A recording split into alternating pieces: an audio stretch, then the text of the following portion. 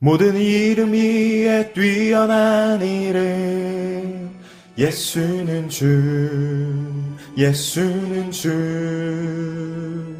모두 무릎 꿇고 경배를 드리세 예수는 만유의 주님. 이 시간 우리 주님의 이름을 높여드립시다. 모든 이름 위에 모든 이름 위에 뛰어난 이름 예수는 주 예수는 주 모두 무릎 꿇고 경배를 드리세 예수는 만유의 주님. 모든 이름 위에 모든 이름 위에 뛰어난 이름 예수는 주 예수는 주 모두 무릎 꿇고 경배를 드리세 예수는 만유의 주님. 예수는 주 예수는 주 온 천하 만물 울어라 그 보좌 앞 영광을 돌리세 예수 예수 예수는 주. 우리 다시 한번 모든 이름 위에 모든 이름 위에 뛰어난 이름 예수는 주 예수는 주 모두 무릎 꿇고 경배를 드리세 예수는 만유의 주님. 예수는 주 예수는 주 온 천하 만물 울어라 그 보좌 앞 영광을 돌리세 예수 예수 예수는 주.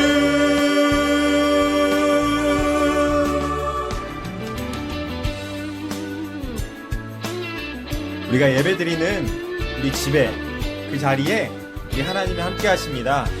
우리를 구원하신 예수님의 이름을 우리가 마음 다해 높여드렸으면 좋겠습니다. 이 시간 큰 소리로 우리 함께 찬양합시다. 모든 이름 위에 뛰어난 이름 모든 이름 위에 뛰어난 이름 예수는 주 예수는 주 모두 무릎 꿇고 경배를 드리세 예수는 만유의 주님. 예수는 주 예수는 주 온 천하 만물 울어라 그 보좌 앞 영광을 돌리세 예수 예수 예수는 주. 그 보좌 앞 영광을 돌리세 예수 예수 예수는 주. 할렐루야 아멘. 자, 다 함께 말씀 속으로 고고 싱! 그러나 우리의 시민권은 하늘에 있는지라 거기로부터 구원하는 자 곧 주 예수 그리스도를 기다리노니 그는 만물을 자기에게 복종하게 하실 수 있는 자의 역사로 우리의 낮은 몸을 자기 영광의 몸의 형체와 같이 변하게 하시리라. 샬롬, 한 주간도 잘 지내셨나요? 예수님의 부활 사건에 대한 설교를 듣고 나서 여러분의 삶에는 어떤 변화들이 있었나요? 예전과는 좀 다른 일주일간의 삶을 살아가셨나요? 잠시 10초 동안 한 주간의 삶을 돌아보는 시간을 가지도록 하겠습니다.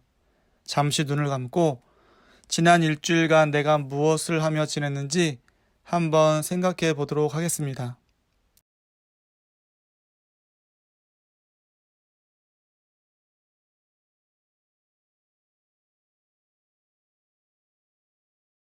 부활의 증인으로 살아간다는 것은 내 삶의 우선순위를 바로 세우고 살아간다는 것입니다. 증인은 자신이 직접 보고 듣고 경험한 사실에 대해서 거짓이 없이 말하는 사람입니다. 누군가가 우리에게 예수님에 대해서 물어본다면 여러분은 어떤 대답을 하실 수 있나요? 앞으로 몇 주간 우리가 어떻게 증인된 삶을 준비할 수 있는지에 대해서 시리즈로 설교를 할 예정입니다. 오늘은 그 첫 번째, 우리의 시민권은 어디에 있는가란 제목으로 말씀을 나누도록 하겠습니다. 여러분 해외여행 경험이 있으시죠? 저도 지금까지 10개국 이상의 나라들을 다녀보았습니다. 사람이 여행을 하려고 하면 국가로부터 여행할 수 있도록 허락을 받아야 합니다. 법적으로 특별한 결격 사유가 없는 한 정부에서는 해외여행을 할 수 있도록 허락을 해주는데 그것이 바로 여권입니다. 여자의 권리 말고 여행할 수 있는 권리를 준다는 것입니다. 그것만 가지고는 여행을 할 수 있을까요? 아니요, 할 수 없습니다. 우리가 가는 그 나라가 우리를 와도 좋다라고 하는 그 나라 정부로부터 허락을 받아야 합니다. 우리가 가서 허락을 받지 못하기 때문에 상주하는 대사관이 있습니다. 어느 나라든지 수도에 상주하는 대사관이 자기 나라에 오는 모든 손님이나 여행객 등 모든 사람들을 심사하여 와도 좋다고 증명을 해주는 것이 바로 비자입니다. 이 두 가지가 맞아야 여행이 되는 것입니다. 하지만 자기 나라로 돌아갈 때는 비자가 필요할까요? 필요가 없습니다. 왜냐하면 시민권이 있기 때문입니다. 시민권이 없는 사람들만이 비자가 필요합니다. 그렇다면 영적으로 우리는 어디에 속해 있을까요? 20절을 다시 한번 읽겠습니다. 그러나 우리의 시민권은 하늘에 있는지라 거기로부터 구원하는 자 곧 주 예수 그리스도를 기다리노니. 이 말씀 가운데 20절 상반절 말씀인 우리의 시민권은 하늘에 있는지라에 나오는 우리는 누구를 가리킬까요? 예수님께서 치르신 십자가 대속의 은혜로 구원받은 바울과 빌립보 교회 교인들을 비롯한 성도들을 말합니다. 그리고 시민권이란 한 나라에 속해 있는 백성에게 그 나라가 갖게 해준 권리를 말합니다. 물론 시민권을 가진 백성에게는 나라에서 부여해준 권리를 행사할 자격이 있음과 동시에 백성으로서 감당해야 할 의무도 있습니다. 그리고 하늘이란 하나님께서 통치하시는 하나님의 나라, 즉 천국을 말합니다. 따라서 우리의 시민권이 하늘에 있다는 말씀은 예수님께서 치르신 십자가 대속의 은혜로 구원받은 성도들은 지금 이 땅에 발을 딛고 살고 있지만 이미 천국 백성이 되었다는 말씀이고, 그러기에 천국 백성이 된 성도들에게는 천국의 통치자이신 하나님께서 주신 특권이 주어져 있다는 말씀이며, 따라서 천국 백성이 된 성도들은 자신이 천국 백성임을 늘 자각하면서 천국 백성의 의무를 잘 감당하며 살아야 한다는 말씀입니다. 하늘의 시민권을 갖고 있는 성도는 하늘의 시민권자답게 살아야 한다고 권면합니다. 이제 이런 본문에 대한 기본적 이해를 바탕으로 우리가 알아야 할 몇 가지 내용을 살펴보도록 하겠습니다. 첫째, 어떤 사람이 하늘의 시민권자가 되는가를 살펴보십시다. 바울은 말합니다. 우리의 시민권은 하늘에 있는지라. 이 말씀에 나오는 시민권은 헬라어로 폴리투마인데 그 뜻은 나라라는 뜻으로 실제적으로는 국적을 의미합니다. 따라서 시민권이 하늘에 있다는 말은 성도의 국적이 하늘나라 즉 천국이다라는 말입니다. 그렇다면 하늘나라의 국적 즉 천국의 국적을 성도가 어떻게 취득했습니까? 하늘나라의 시민권은 부모가 목사이고 장로라고 해서 가질 수 있는 것이 아니고 인간의 어떤 노력이나 행위로 가질 수 있는 것도 아니며 돈으로 사서 가질 수 있는 것도 아닙니다. 그럼 우리가 어떻게 하늘나라의 시민권을 가질 수 있습니까? 분명 하늘나라, 즉 천국은 하나님의 자녀가 된 사람만이 갈 수 있는 곳입니다. 그런데 하나님의 자녀가 되는 방법은 오직 하나, 예수님의 대속의 은혜, 즉 우리의 죄를 없애기 위해 십자가에서 대신 달려 돌아가셨다는 것을 믿는 방법밖에 없습니다. 왜냐하면 그 방법만을 하나님께서 사람에게 주셨기 때문입니다. 그렇습니다. 예수님의 대속의 은혜를 믿는 믿음으로만 사람은 하나님의 자녀가 될 수 있습니다. 그리고 그런 믿음을 통해 하나님을 아버지라 부르게 된 사람에게 하나님께서는 하늘나라의 시민권을 주십니다. 이것이 하늘나라의 시민권을 가질 수 있는 유일한 방법이고 하나님께서 정해 놓으신 방법입니다. 만약 사람의 노력이나 행위나 돈으로 시민권을 가질 수 있다면 왜 하나님께서 예수님을 이 땅에 보내 십자가에서 죽게 하셨겠습니까? 진정 하늘나라의 시민권은 예수님께서 자신의 죄를 대신해 주시기 위해 십자가에서 치르신 대속의 은혜를 믿는 믿음으로 하나님의 자녀가 된 성도만이 가질 수 있습니다. 그러기에 우리는 예수님의 십자가 죽음이 자신의 죄를 대속해 주신 죽음이라는 것을 믿어야 합니다. 그리고 그 믿음을 갖게 된 순간에 자신이 하나님의 자녀가 되었고 자신에게 하늘의 시민권이 주어졌다는 것도 믿어야 합니다. 사람의 복 중에 이 믿음을 갖는 것보다 더 큰 축복은 없습니다. 하나님의 자녀가 되어 하늘의 시민권을 갖고 하늘나라에 가게 되는 것보다 더 큰 복이 사람에게 어디 있겠습니까? 그래서 믿음만큼 귀한 것이 없다고 하는 것입니다. 따라서 한번 해보십시오.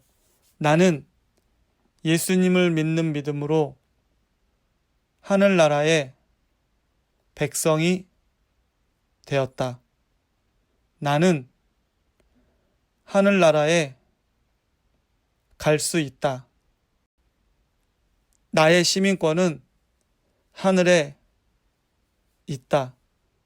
예수님을 구원자로 믿음으로 성도가 된 여러분에게 하늘나라의 시민권이 이미 주어져 있다는 것을 의심 없이 믿으시기 바랍니다.